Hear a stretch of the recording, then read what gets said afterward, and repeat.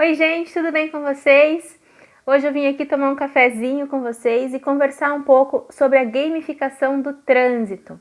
Esse vídeo é um pouquinho diferente do que a gente está acostumado a trazer aqui no canal, porque eu não trouxe de fato uma pesquisa, mas eu quero trazer aqui uma reflexão com vocês, tá bom? Então vai ser um vídeo um pouquinho diferente. Para quem está chegando agora, eu sou a Gláucia Pereira, aqui é o canal da Multiplicidade e aqui a gente fala de pesquisas e dados em mobilidade urbana. E no vídeo de hoje a gente vai falar sobre o sistema de trânsito brasileiro.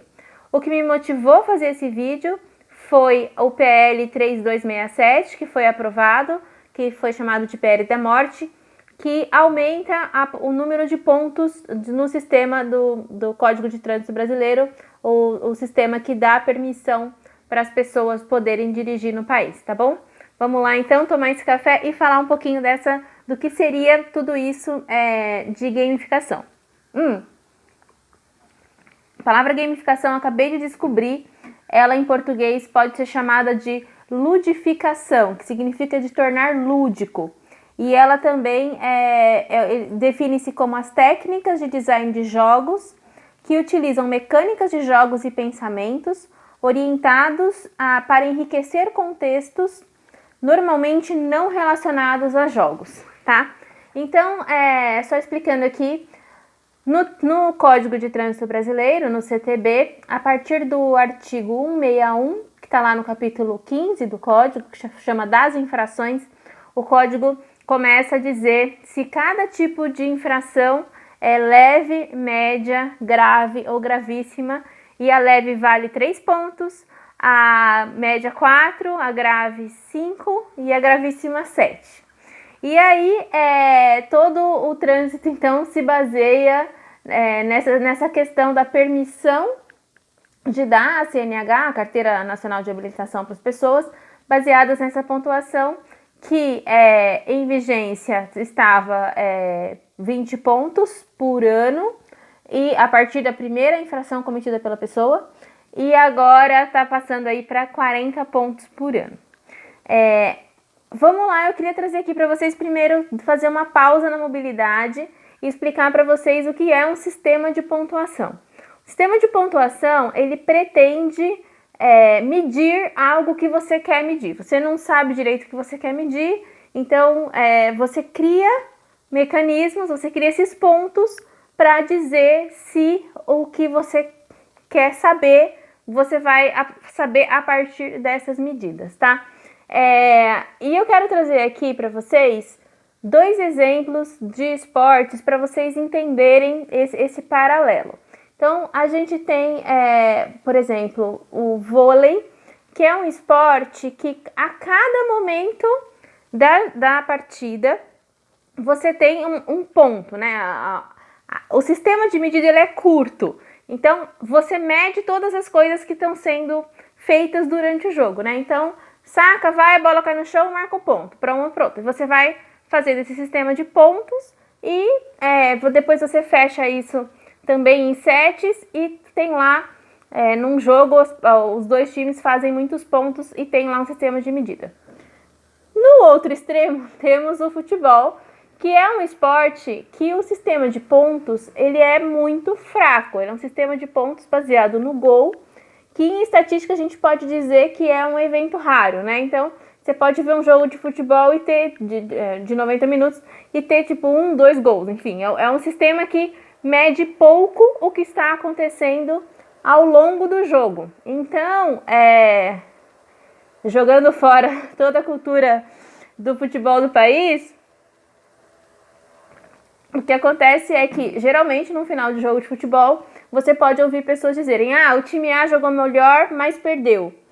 E o time B, enfim, pode ganhar um time que não necessariamente jogou melhor, na opinião das pessoas.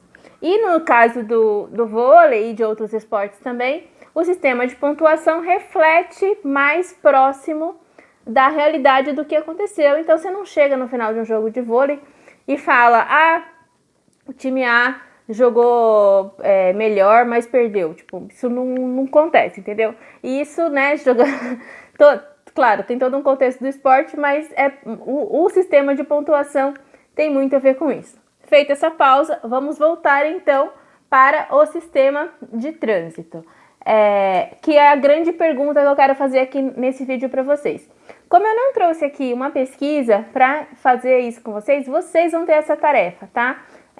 E eu posso dizer que tem muita coisa sobre isso na psicologia do trânsito, na área de psicologia em geral e também na área de direito. Então, você que está aí querendo estudar mobilidade, é uma boa hora de pesquisar, e se você achar uma boa referência sobre esse tema, deixa aqui nos comentários, tá bom? Então, vamos lá. Pergunta que eu quero fazer para vocês. Lembrando aí do vôlei e do futebol.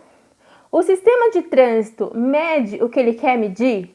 De fato, essa pontuação toda de leve, média, né? E de tudo que acontece no trânsito, principalmente veicular, é medido de fato? O que não está sendo medido, que deveria ser contado como influência aí nessa permissão ou não de dirigir? Então, a primeira questão é, essa classificação, né? Eu fiz essa questão grande, agora quero fazer mais umas 3 perguntinhas aqui para vocês. Esta grande classificação de leve, média, grave e gravíssima faz sentido? Ou ela também tem uma visão carrocrata, como a gente discutiu no vídeo passado? Eu trago aqui um dado de um trabalho que a Ciclocidade, a Associação de Ciclistas Urbanos aqui de São Paulo, fez, avaliando as infrações, a fiscalização de trânsito, que descobriu que aí no período de 2014 a 2017, 77% das infrações aqui em São Paulo, das infrações medidas, eram concentradas em 10 tipos de infração só. Então, a gente tem que se questionar o que está sendo medido de fato. Quem está olhando o que está sendo medido e quem define o que está sendo medido e como isso entra nesse sistema de pontuação. A outra mini questão que eu quero trazer aqui para vocês faz sentido a questão do tempo de você, entre aspas, perdoar? Acho que perdoar é a palavra, deixa eu pensar aqui. Quando você dá essa validade de 12 meses para a pessoa zerar os pontos dela, isso faz algum sentido? Ou essa pontuação deveria ser sempre acumulada e quando a pessoa atingiu uma dada pontuação, ela tem que passar por uma reciclagem, por exemplo? Onde está essa questão dessa coisa da gamificação, de você é como se você estivesse reiniciando o jogo, ganhando uma nova vida no jogo? Da onde vem tudo isso? E o código está assim desde 97 e é importante conseguir pensar sobre a influência disso no comportamento das pessoas, tá? Quais reflexões a gente pode fazer nesse sentido do esquecimento, não vou cometer a infração hoje, mas vou cometer mês que vem porque meus pontos vão zerar. Exatamente como a gente chegou até aqui, tudo que a gente tem que fazer para decidir em relação a essa pontuação. E a outra coisa que eu quero perguntar para vocês tem uma relação muito importante entre uma curva de aprendizado, uma curva de exposição e uma curva de exaustão. Então, a gente sabe que quando a gente está fazendo uma coisa frequentemente, a gente vai ficando bom naquilo, de tal forma que se você está há muito tempo dirigindo ou no trânsito, você deveria se aprimorar de alguma forma, né? Então, você vai fazendo as coisas e vai ficando melhor naquilo que você está fazendo. Mas tem um outro ponto aí na jogada, que é o tempo de exposição. Pode ser que quanto mais tempo você passe fazendo uma coisa, mais são as chances de você cometer um erro fazendo essa coisa, o que não significa que você é ruim naquilo, né? Então, o que o código tenta ponderar, principalmente num artigo que dá mais pontos ou dá mais vidas para os motoristas que ficam mais expostos, que seriam os que trabalham com cujo trabalho, né, é a direção e não, né, são os motoristas de aplicativos, os taxistas, enfim, outros. Ou seja, essas pessoas estão trabalhando, o trabalho é dirigir, então elas teriam mais exposição e por isso teriam mais vidas para gastar nesse sistema todo.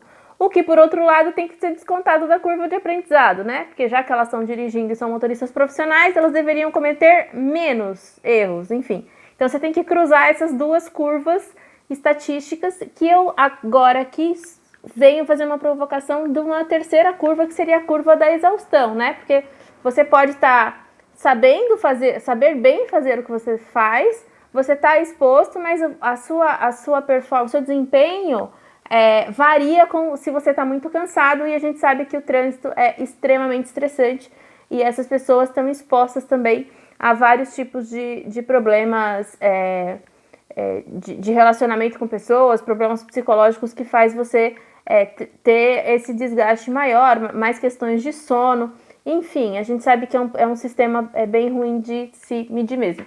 Então, a minha pergunta final para fechar essa reflexão faz sentido a gente basear a vida de milhares de pessoas num sistema gamificado? Esse sistema de trânsito faz algum sentido? A gente vive com ele já faz tempo, as pessoas absorveram isso, mas o que eu queria trazer aqui com vocês hoje é essa reflexão e dizer então que deve ter muito campo de pesquisa. Tem pós-graduação no país sobre psicologia do trânsito e sobre direito de trânsito, e vocês podem se aprofundar nisso e trazer aí nos comentários essas referências, porque é um sistema que impacta a vida de todo mundo e a gente sempre tem que pensar e repensar nos sistemas que a gente vive, tá bom? Eu espero que vocês tenham gostado desse vídeo, obrigada por me acompanhar até aqui e a gente se vê nos próximos vídeos.